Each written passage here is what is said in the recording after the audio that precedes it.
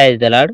ప్రభువైన యేసుక్రీస్తు వారు ఈరోజు మనకు అందిస్తున్నటువంటి వాగ్దానం యోబు గ్రంథం 9వ అధ్యాయం 12వ వచనం.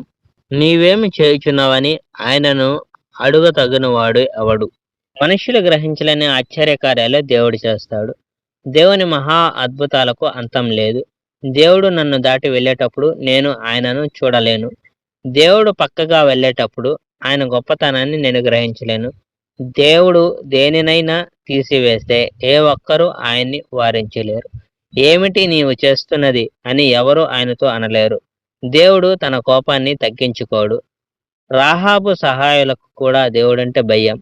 యోబు ఇంకా ఇలా చెప్పాడు, కనుక నేను దేవునితో వాదించలేను.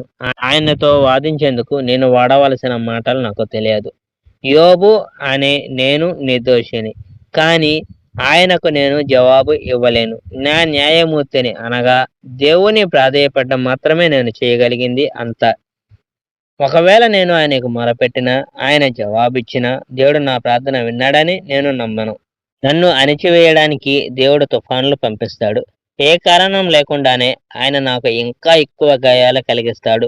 దేవుడు నన్ను మళ్ళీ శ్వాస పీల్చనీయడు. ఆయన నన్ను ఇంకా ఎక్కువ కష్టపడతాడు. నేను దేవుణ్ణి ఓడించలేను. దేవుడు శక్తిమంతుడు. దేవుని న్యాయస్థానానికి వెళ్ళి నాకు న్యాయం చేకూర్చేటట్టు నేను చేయలేను. దేవుణ్ణి న్యాయస్థానానికి రమ్మని ఆయనను ఎవరు బలవంతం చేస్తారు? యోబు అనే నిర్దోషిని నేను, కానీ నేను చెప్పే మాటలు నేను దోషిలా కనబడేటట్టు చేస్తాయి కనుక నేను నిర్దోషిని. కానీ నా నోరు నేను దోషిని అని ప్రకటిస్తుంది. Praise the Lord. May God bless our India.